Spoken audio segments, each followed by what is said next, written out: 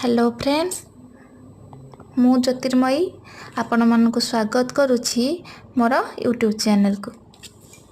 आज आमे गुरु पूर्णिमा विषय रे किछि कथा जानिबा। गुरु पूर्णिमा कोन पय पालन करा जाय। महर्षि व्यासदेव एमिति एक महापुरुष थिले जे कि आमर राष्ट्र जीवनर श्रेष्ठ गुण गुड़ी को एकत्रित कले एवं ସେହି गुण गुड़िकर आधार उपरे आचार तथा विचार समन्वय करिकी संपूर्ण मानव जातिर मार्गदर्शन करथिले।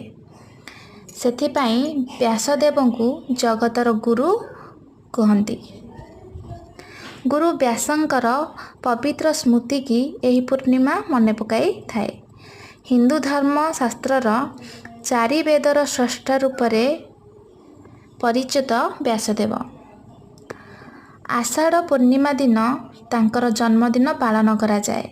सेथिपाई एही दिनटुकु व्यास पूर्णिमा बा गुरु पूर्णिमा कहा जाय थाए। आमर राष्ट्र रे गुरुर महत्व अत्यधिक अटे। गुरु साक्षात ईश्वरंक स्वरूप अटंती। एही बळी भाबरे कहा जायछि। आमर शास्त्र रे गुरु भक्तिर महत्व विषय रे वर्णना होइछि। गुरु किपरि हेबा दरकार, गुरु काहाकू मानिबा उचित आदि वर्णना आम शास्त्रकारक माने करिसंती। आज मध्य गैरिक वर्ण मंडित भगवा ध्वज को मध्य पूजा करा जाए। गैरिक ध्वज को गुरुर सम्मान दिया जाय थाए। व्यासदेवଙ୍କ कार्य हिंदू दर्शन एवं आध्यात्मिकतार अनेक दिग पई मूलदुआ पकाइथिला। वेद व्यासଙ୍କ अवदान भारतीय संस्कृति उपरे गभीर प्रभाव पकाइछि, जहा तांकु इतिहासर अन्यतम सम्मानित साधक भाबरे परिणत करिछि। व्यासदेवଙ୍କୁ तांक वेदर चारि ग्रंथ मंत्रर संकलनकारी तथा अष्टादश पुराण एवं ब्रह्मसूत्रर लेखक भावरे परिगणित करा जाए।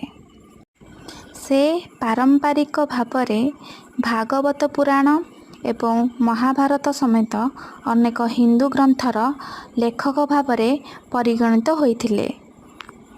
कृष्ण द्वैपायन व्यास किंबा वेद व्यास भावरे जनाशुना। तो आमे आज व्यास पूर्णिमा उपरे जानिले। जदि मो भिडियोटी आपण मानक भल लागिथिबो ताहले लाइक शेयर एंड सब्सक्राइब करिवे।